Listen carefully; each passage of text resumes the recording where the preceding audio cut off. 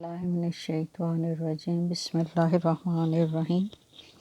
السلام علیکم ورحمۃ اللہ وبرکاتہ۔ سوگنامہ آل محمد کا 24واں حصہ آپ کی سماعتوں کی نظر ہے۔ ہارون نے کچھ مقدار کھجوریں منگوائیں، ان میں سے چند کھجوریں خود کھائیں، پھر ایک برتن منگوا کر کھجوروں کے 20 دانے اس میں رکھے اور سوئی سے کھجوروں کو زہر آلود دھاگے میں پرو دیا۔ اس طرح تمام کھجوریں زہر آلود ہو گئیں۔ پھر اس نے یہ برتن خادم کو دیا اور کہا، اس برتن کو موسیٰ بن جعفر علیہ السلام کے پاس لے جاؤ، انہیں کہو کہ ہارون نے ان کھجوروں کو خود بھی کھایا ہے اور آپ کی خدمت میں بھی بھیجی ہیں، اور کہا ہے آپ کے حق کی قسم آپ ان کھجوروں کو کھائیں۔ میں نے خود اپنے ہاتھ سے ان کو آپ کے لیے چنا ہے اور کسی کو بھی ہاتھ تک نہیں لگانے دیا، یہ فقط آپ کے لیے ہیں۔ خادم ان کھجوروں کو زندان میں امام علیہ السلام کے پاس لے گیا۔ اس نے ہارون کا پیغام آپ تک پہنچایا۔ امام نے ایک کاسہ طلب کیا اور اس سے کچھ خرمے کھائے۔ ایک اور روایت میں ہے کہ سندھی بن شاہک کچھ زہر آلود خرمے امام کی خدمت میں لے گیا۔ امام نے ان سے 10 خرمے تناول فرمائے۔ سندھی بن شاہک نے کہا، آپ کچھ اور تناول فرمائیں۔ امام نے فرمایا، تمہارے مقصد کے لیے یہی کافی ہے جس کے لیے تجھے مامور کیا گیا ہے۔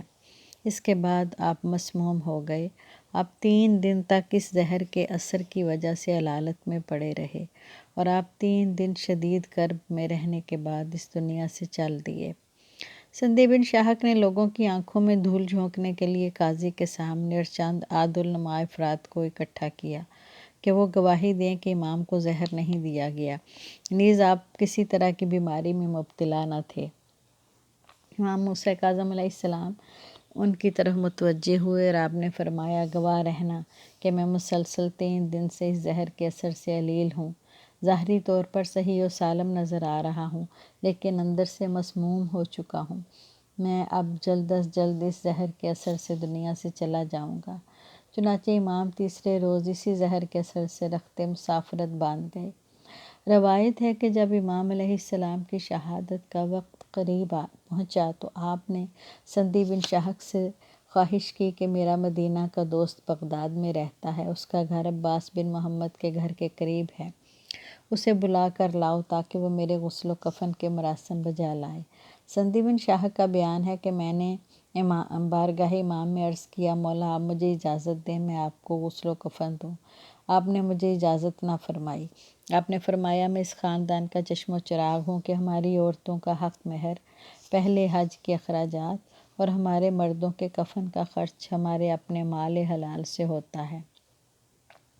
میرے پاس اپنا کفن موجود ہے۔ میں چاہتا ہوں کہ میرے غسل، کفن اور دفن کے تمام مراسم میرا دوست انجام دے۔ بس جس کا نام امام نے لیا تھا وہ حاضر ہوا اور اس نے امام کو غسل و کفن دیا اور دفن کیا۔ روایت میں ہے کہ جب امام زندگی کی آخری سانسیں لے رہے تھے تو اس وقت ایک طبیب کو بلایا گیا۔ طبیب نے امام سے پوچھا، آپ کے احوال کیسے ہیں؟ امام نے اس کی طرف توجہ نہ کی۔ اس نے اصرار کیا تو امام نے اپنی ہتھیلی اسے دکھائی۔ امام نے اسے اپنی بیماری کی علت بیان کی۔ آپ نے فرمایا، میری بیماری یہ ہے۔ ڈاکٹر حکومتی کارندوں کے پاس لوٹ گیا، کہنے لگا، خدا کی قسم تم نے امام کو زہر دیا ہے۔ امام تم سے زیادہ اس کے بارے میں آگاہ ہیں۔ اس کے بعد امامت کا چراغ ظاہری طور پر بجھ گیا۔ راوی کا بیان ہے کہ جب امام ولایت و تاجدار دنیا کو داغ مفارقت دے کر اپنے جد امجد کے پاس بہشت بری میں چلے گئے اور دشمنان اہل بیت کو یقین ہو گیا کہ وہ اپنی سازش میں کامیاب ہو گئے ہیں، امام کی روح قفس عنصری سے پرواز کر چکی ہے، تو حکومتی کارندوں نے فرزند رسول کے جنازہ کو تابوت میں رکھا اور زندان سے باہر لائے۔ ایک شخص جنازے کے آگے آگے چل رہا تھا اور بلند آواز سے کہہ رہا تھا، یہ رافضیوں کے امام ہیں، انہیں اچھی طرح پہچان لیں۔ پھر وہ غریب شہر کے جنازے کو بازار میں لائے، جنازے کو زمین پر رکھا اور اعلان عام کیا کہ یہ موسیٰ بن جعفر ہیں جو طبعی موت مرے ہیں، آؤ اور انہیں اچھی طرح دیکھ لو، خدا نے انہیں موت دی ہے۔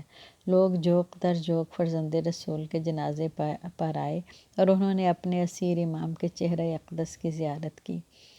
شیخ خرِ عاملی نے اپنی مشہور زمانہ کتاب اثبات الہدیٰ میں لکھا ہے کہ سندھی بن شاہک کے حکم کے مطابق آپ کے جنازہ کو پل بغداد پر رکھا گیا اور حکومتی کارندوں نے اعلان کیا کہ لوگوں آؤ موسیٰ بن جعفر کو دیکھ لو، انہیں خدائی موت آئی ہے۔ لوگ آپ کے چہرہ کی زیارت کرتے لیکن انہیں زخم دکھائی نہ دیتے۔ حکومت اپنی سازشوں میں مکمل طور پر کامران ہو رہی تھی۔ لوگ حکومتی ہتھ کنڈوں سے آشنا نہیں تھے بلکہ وہ سمجھ رہے تھے کہ امام نے طبعی موت پائی ہے۔ اچانک مخلصین امام میں سے ایک شخص آپ کے جنازہ کے قریب آیا اور اس نے وہ کچھ سنا جو حکومتی اعلی کاروں کی زبانی عام ہو چکا تھا، یعنی امام نے طبعی موت پائی اور امام کو قتل نہیں کیا گیا۔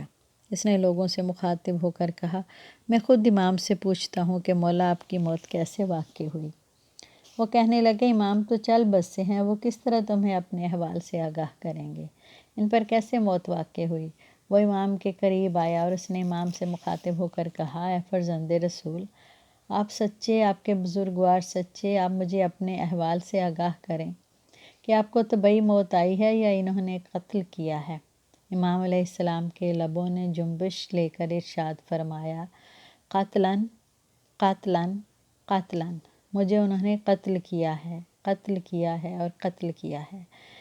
امام کے جنازہ کو بنی عباس کے نوکروں اور نگہبانوں کے محلہ میں لایا گیا۔ لوگوں کا گروہ کثیر وہاں پر جمع ہو چکا تھا۔ پورے شہر میں طوفان ماتم برپا تھا، ہر طرف شور و غوغا تھا۔ امام کی مظلومانہ شہادت کی خبر سلیمان بن ابی جعفر کو پہنچی، جو منصور دوانکی کی اولاد میں سے تھا اور ہارون کا چچا تھا۔ اس وقت وہ دریا کے کنارے اپنے محل میں موجود تھا۔ اس نے لوگوں کی آہ و بکا سنی، واقعہ کی حقیقت و اصلیت تک پہنچا۔ اس نے اپنے غلاموں کو جمع کر کے کہا، تم طاقت کے زور سے جنازہ کو حکومتی اہلکاروں سے چھین لو اور امام کے جنازہ کو پورے احترام کے ساتھ قبرستان بنی ہاشم میں پہنچا دو۔